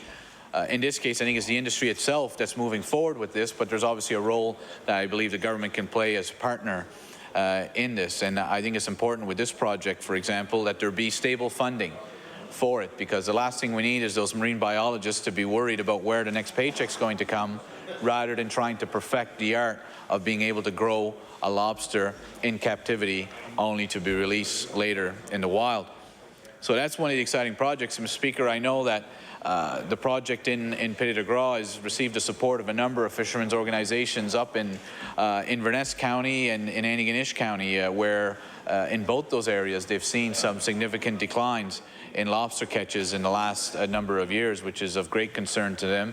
And obviously they're quite excited by the opportunity to support this project, which we are all hoping will be a tremendous success. Mr. Speaker, as well, there's a new initiative that's being developed now at trying to find a way to keep snow crab alive once it arrives on shore, and that it can be held for a period of time as a live product.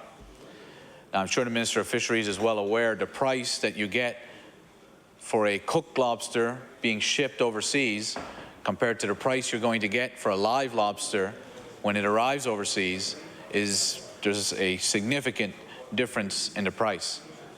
So the question now from some of the local fishermen and some of the local processors was, is there any way we can do with snow crab what we do with lobster? Can we take that snow crab from the bottom of the ocean floor, bring it up into a vessel, and hold it until such time it reaches the wharf, and then from the wharf transport it again into a holding tank that it can be kept alive for a period of time? Speaker, some of the issues with that is that the depth at which the snow crab is fished makes it a bit more of a challenge, in that there's pressurization issues of how long the crab can possibly last once it actually is raised to the surface of the water, and how long can it be kept. But right now, one of the initiatives that the minister announced funding for was that exact initiative that is taking place. And this summer, I believe the infrastructure will be in place to actually start taking some of the snow crab, have the necessary equipment on board the vessel that can take it from the ocean floor into the vessel, into these tanks, to be transported to the wharf, and then again placed in holding tanks and held for a period of time to see exactly how long can it be kept alive. The question will soon be from there, if you can keep it alive on shore, can you keep it alive long enough to ship it overseas?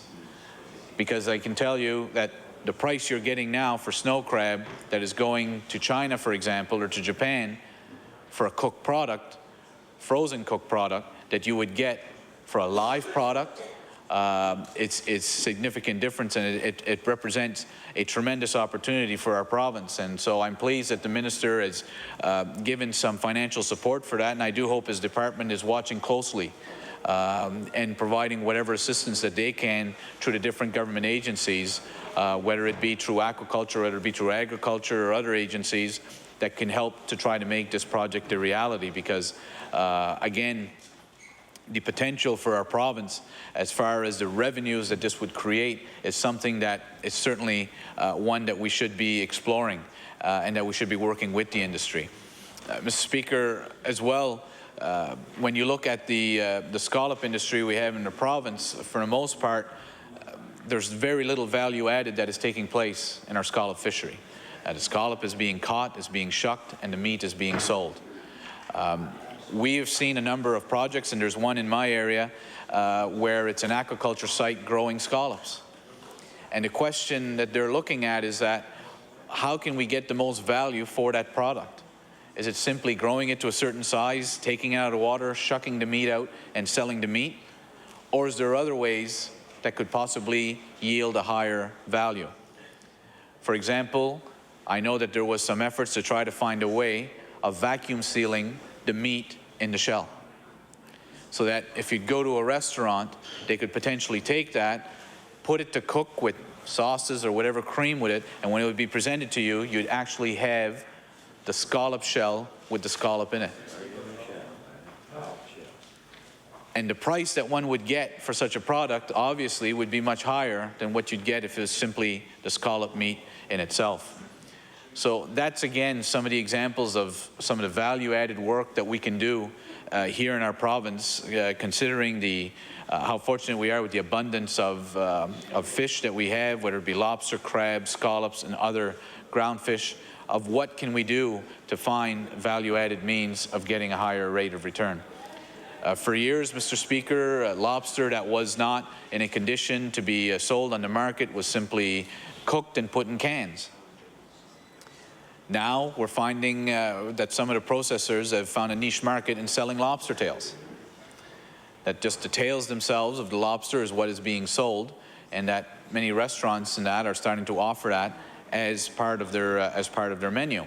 That's another example of some of the initiatives that have been taking place, and I think that has to continue to be done, not only by the industry, but certainly with the support of the government as well. One of the other areas, which I'm not sure if the Minister of Fisheries is aware, or the government's aware, there's certainly been a growth in Richmond County, and I believe Guysborough County as well, but it's been in the use of traps to catch shrimp. Now, Speaker, for those who aren't aware, for the most part, shrimp that is fished off of our coast is done so by draggers, which means it's a vessel which is towing a net behind it, and that is what is catching the shrimp. One of the concerns with that is that anytime you're dragging, you're going to catch anything that's in the way of your drag, whether it's shrimp you're looking for or anything else. The other problem is that the product tends to come in crushed, and there's really no real escape for undersized product. So what has been developed in the last few years is the use of these traps, which in essence looks like a lobster trap. The difference is that the chute is located on the top of the trap. Most of them that I've seen have been a wire mesh. And the idea is that the shrimp, once it's baited inside of this trap, it's a rectangular trap, the shrimp will fish inside chasing the bait, and they don't really have the means of understanding how to swim back outside. So they stay stuck in the trap. What's good about the trap, though, is that because of the size of the mesh that's used, smaller shrimp can swim out. So, Mr. Speaker, I would submit to you that this is a very environmentally friendly way of fishing shrimp. And a number of fishermen in my area, in Richmond, and I know in Guysborough, have been using this method of fishing. The problem is right now, they really don't have a market for it. And they don't have a place that they can take their product to. So in my area, for the most part, the fishermen who are actually using this way of fishing for shrimp are only using a quarter of the traps they could be using, because they're basically selling to the locals. So my question is, what role can the Department of Fisheries and Aquaculture and NSBI and other agencies work to try to promote this as a green product? a product which is fished in a very environmentally friendly way. These traps just sit on the bottom of the ocean. They really don't catch anything other than shrimp, and they don't do any damage to the bottom of the ocean, unlike what draggers would do. What you get is a larger shrimp. Some people refer to them as prawns. You get a larger shrimp, and it doesn't retain the smaller size shrimp because they can easily swim out of the trap with the mesh size. So this is a product which I think our province should be promoting. I know there was an effort a few years ago, I believe with Fisherman's Market, that was working with some of the fishermen in Guysborough to take their product and bring it directly here in Metro to try to have sales for it. I asked a question to the fishermen. I said, well, when the New Brunswick shrimp fleet is unloading its boats in Richmond County, why wouldn't you simply put more traps out in the water, catch more product, and sell your product to go to the processing plants in New Brunswick? The problem is that these shrimp being sold locally are going for almost $2 a pound, whereas if it's going to the processing facility, it's almost 50 cents a pound. So the money is just not there, but I certainly can envision that there's a potential for that product, whereas I'd love to see the day where we would be seeing more lobster and crab fishermen, depending on the nature of their industries, would also have these shrimp trap licenses where they would be catching less shrimp than a dragger would, but still getting a higher value product, which is certainly, and catching it in a much more environmentally friendly way. But Mr. Speaker, and certainly as being suggested, a better quality product. And I can tell you, I'll give you a plate of shrimp that came from a dragger, and then I'll give you a plate of shrimp that came from these traps. And it's unbelievable the difference in the product that you're going to get, not only size-wise, but the firmness of the shrimp and the quality of it is going to be obvious to anyone who would look at that. But right now, Mr. Speaker, that's a potential resource and a potential revenue which I believe we're missing out on, because of the fact that markets haven't been properly identified. And I have no doubt if consumers were told that we're looking to buy shrimp, well, here's your options. You can buy the shrimp that came from a dragger, or you can buy this product that was fished in a very environmentally friendly way. I think right now, when you look at the growth of the organic sections in our supermarkets, the demand is obviously there. We have more awareness amongst consumers, and I believe they'd be prepared to pay the higher price, knowing they're getting a better product and a product that was fished in a very environmentally friendly way.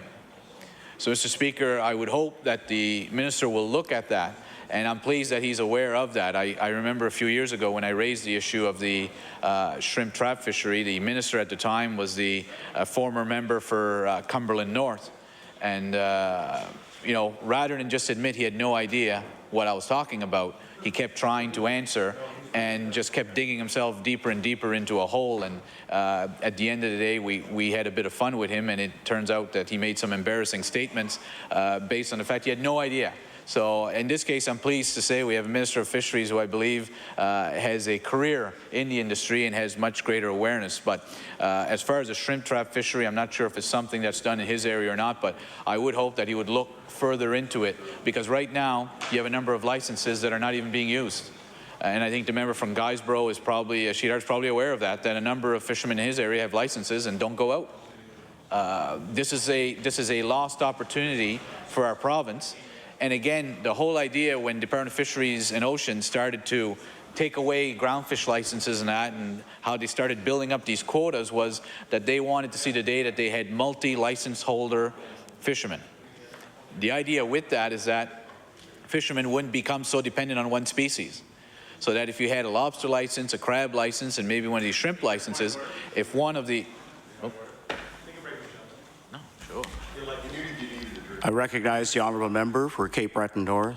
Yes, thank you very much, Mr. Speaker. And a point of order, and sorry to interrupt the comments on debate from the member for Richmond, but Mr. Speaker, there is a disturbing trend with regards to disclosure that's occurring, and I will table a CBC report about the Burnside Jail assault triggers a lockdown. We're now reporting that that occurred as of 11 p.m. last night, and there's no public disclosure. We've seen this again, Mr. Speaker, where the Minister of Justice is not providing disclosure to the people of Nova Scotia. And I think it's in breach of his own policy, Mr. Speaker, and disclosing that to this House and to the people of Nova Scotia. It's a disgrace.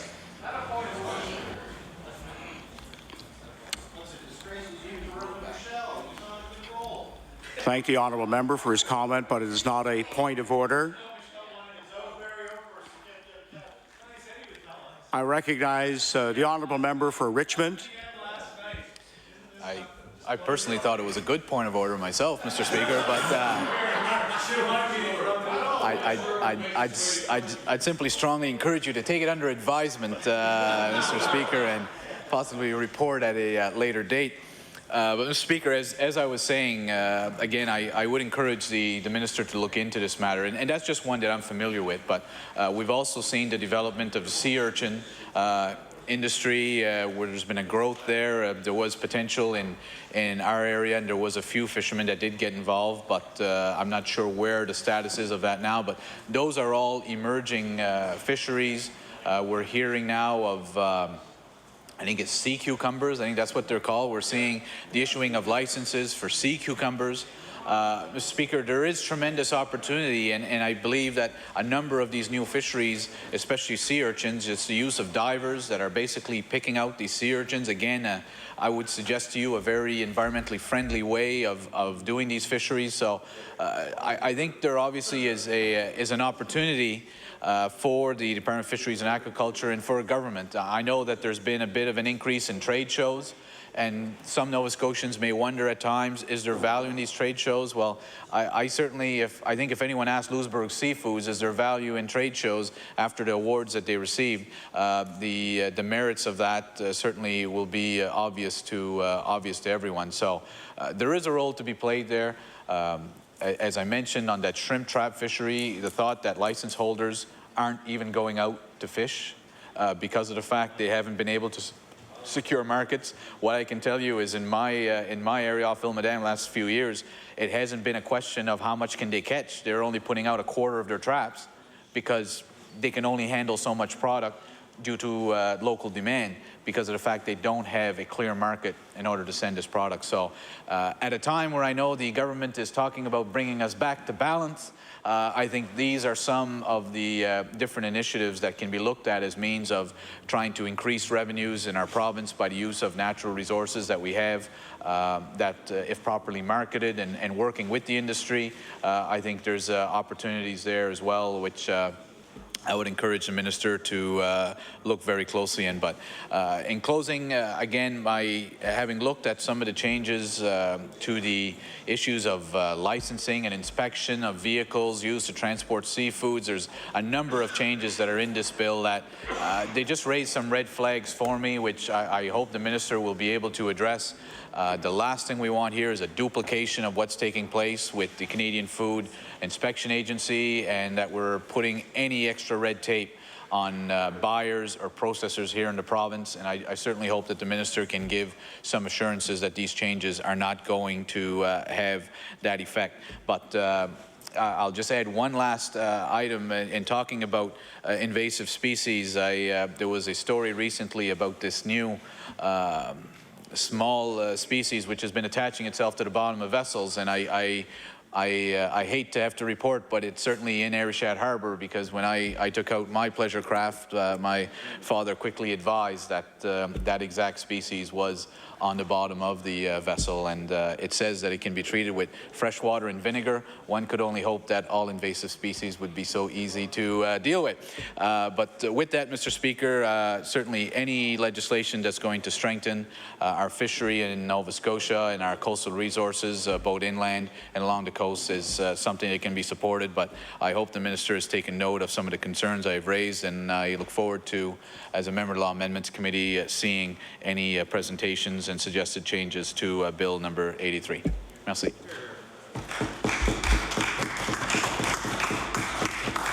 I recognize the Honourable Minister is to close debate on Bill 83.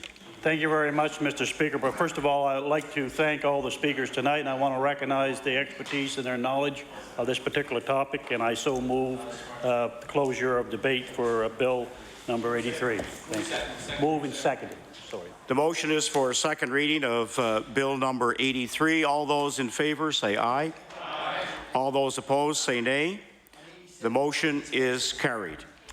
Bill number 83, an act to amend Chapter 25 of the Acts of 1996, the Fisheries and Coastal Resources Act. Order that the bill be referred to the Committee of Law Amendments. Recognize the Honourable Government House Leader. I guess there's people in Nova Scotia at worse jobs than mine. Mr. Speaker, could you please call Bill 87, the Court Jurisdiction and Proceedings Transfer Act? I recognize the Honourable Minister of Justice.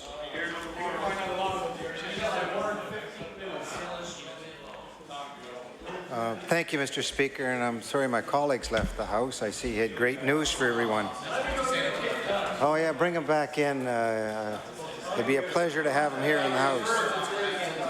Mr. Speaker, I am pleased to rise in the House today to introduce second reading of an act to amend the Court Jurisdictions and Proceedings Transfer Act. This bill contains changes that will clarify language and correct a section referenced within the Act. Mr. Speaker, the Court Jurisdiction and Proceedings Transfer Act was enacted in 2003. I just feel more comfortable knowing you're in the House.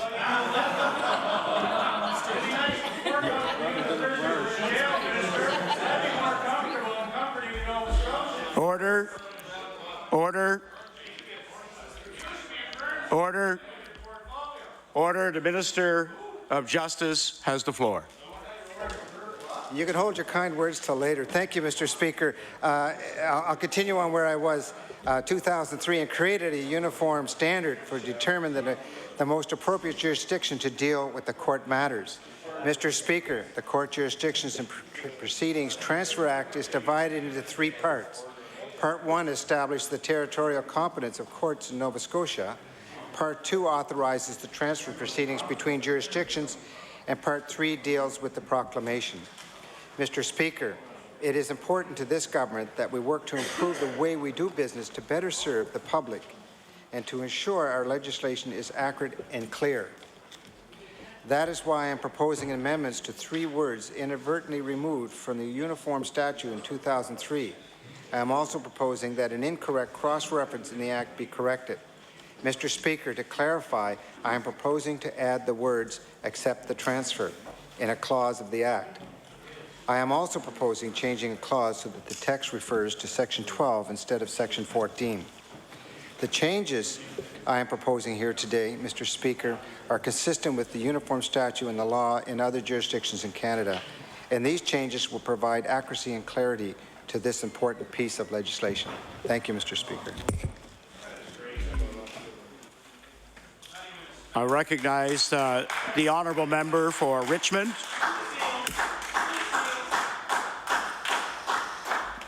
Well, Mr. Speaker, in following up on my comments last night, here we find Bill number 87.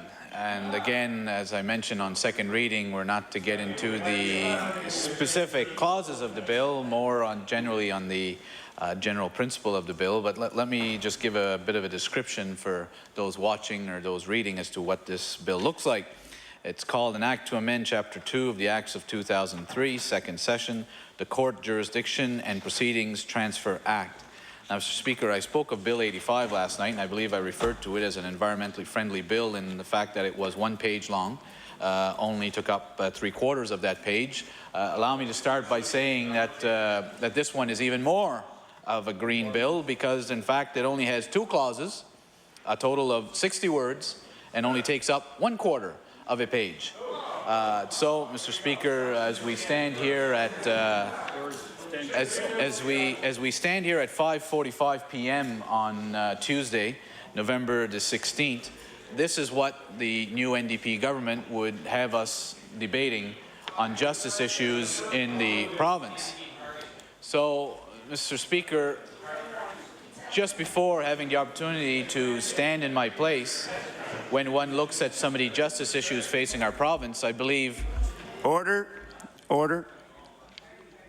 Chamber is getting noisy, and the member for Richmond.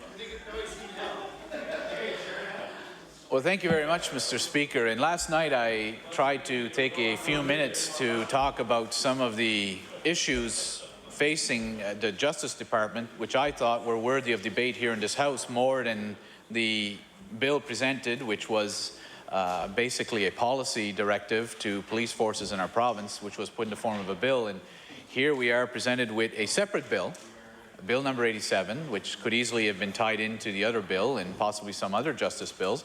A few years ago, the previous government was very big on these Justice Administration Acts. And they were omnibus bills, which I have to say I lamented because of the fact that the government of that time used to make significant changes to one bill and add about another 6 bills, which were more minor changes, and hope that no one would really notice. So I was pleased to see that the previous administration was forced to basically break down the bills so that it was very clear to us and clear to Nova Scotians exactly what changes were being proposed. So this government's taken it a little bit further in trying to find whatever they can in order to add to their list of bills.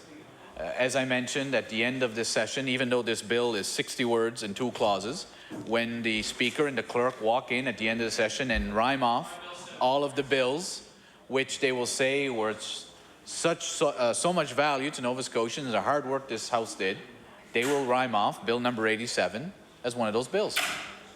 Now, Mr. Speaker, as I mentioned, it's got 2 clauses and 60 words, yet it stands as its own piece of legislation. Now one has to ask, as I mentioned last night, are there any other issues facing the Department of Justice that might be more pressing for members to be debating? Now, last night I mentioned a few of those issues, but with Department of Justice, you don't know what's going to happen from day to day. So prior to being able to stand in this House to speak on this bill, while I was speaking on the Bill number 83, the Fisheries Coastal Resource Act, but I want to thank my colleague for Cape Breton North, who rose on a very valid point of order, but pointing out what had already been mentioned to me previously, but I had not seen the media report, but had been advised by our hardworking communications and research staff, that there was yet another eruption of violence at the Burnside Correctional Facility. Now, Mr. Speaker, after what I described last night about our situation last week, about the Minister of Justice finding out about someone who was mistakenly released that should have been kept in custody, it took over 24 hours for him to finally issue a news release on that. One would think that's not going to happen again. When there's going to be a significant issue in the Department of Justice, he's going to let us know immediately and tell Nova Scotians how he plans to address it. But if I understand correctly from the member from Cape Breton North and from the CBC radio news report, the disturbance was last night.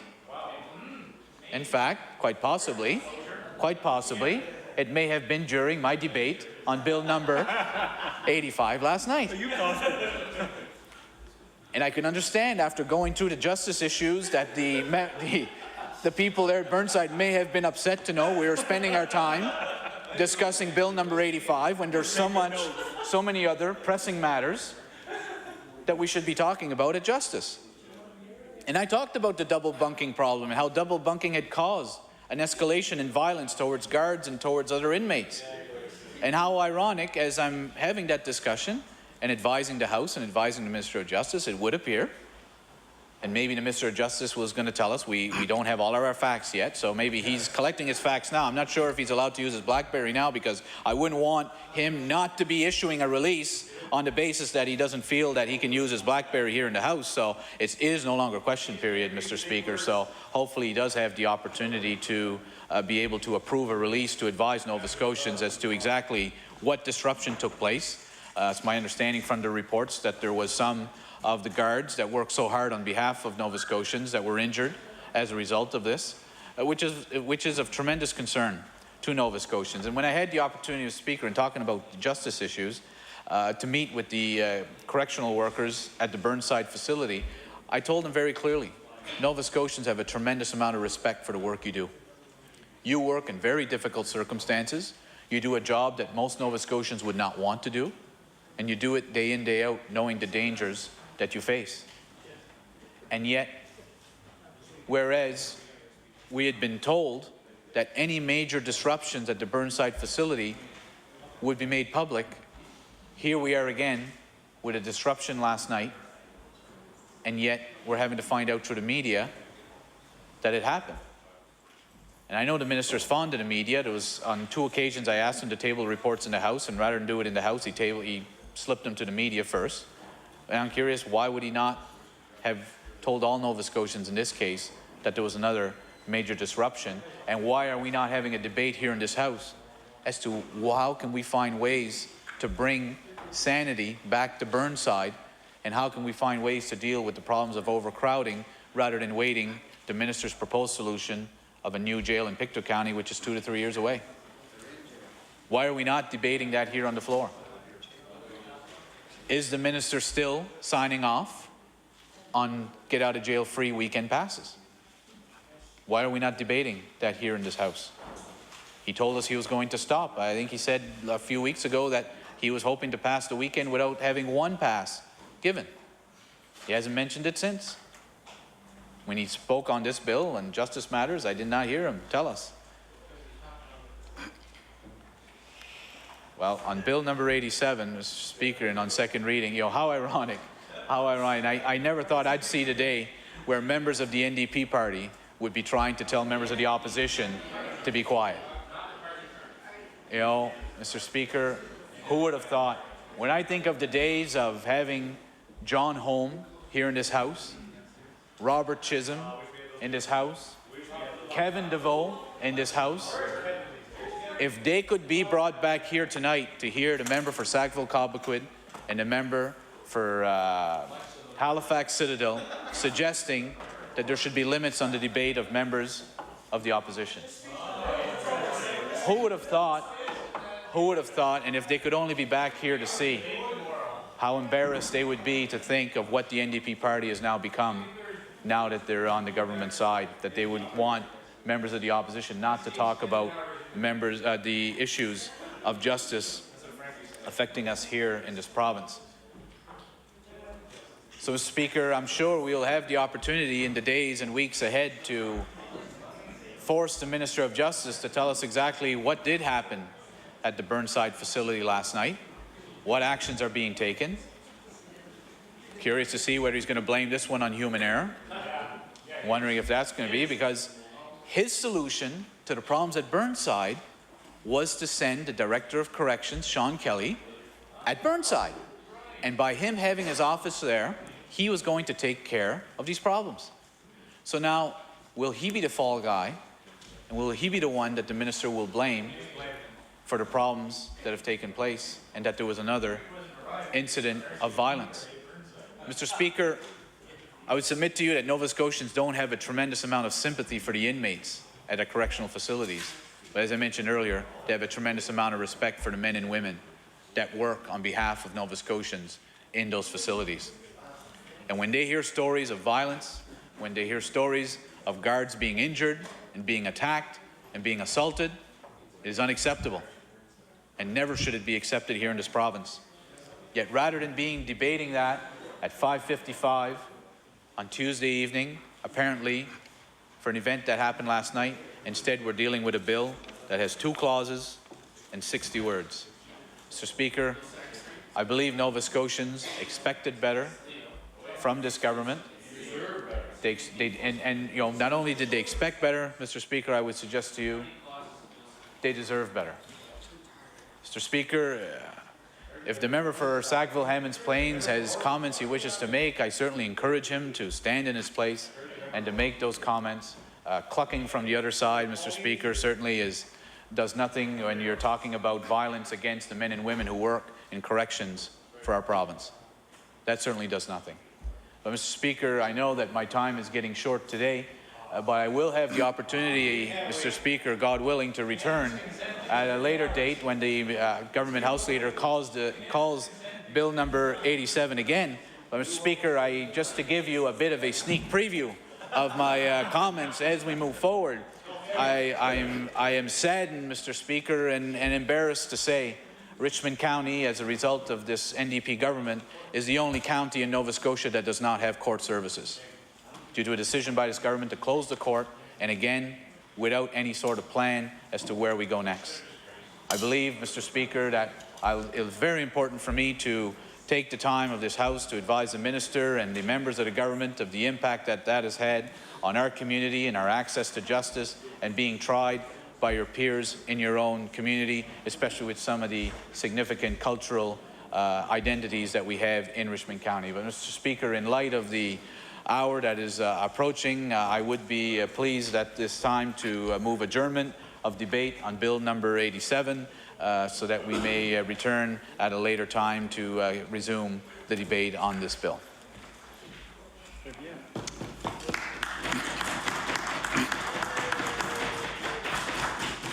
I recognize the Deputy Government House Leader. Thank you. Unfortunately, that concludes government business for today. Mr. Speaker, I'd like to recognize the House Leader for the official opposition with tomorrow's hours of business. Thank you very much, Mr. Speaker. Mr. Speaker, tomorrow the House will sit from 2 p.m. until 6 p.m. Following the daily routine, we'll be calling Bill 92 and Resolution 293. Mr. Speaker, I do now move that we adjourn until 2 p.m. tomorrow. The motion before the House is adjournment and to meet again at the hour of 2 o'clock tomorrow. All those in favor, say aye. Aye. All those against, nay. The motion is carried.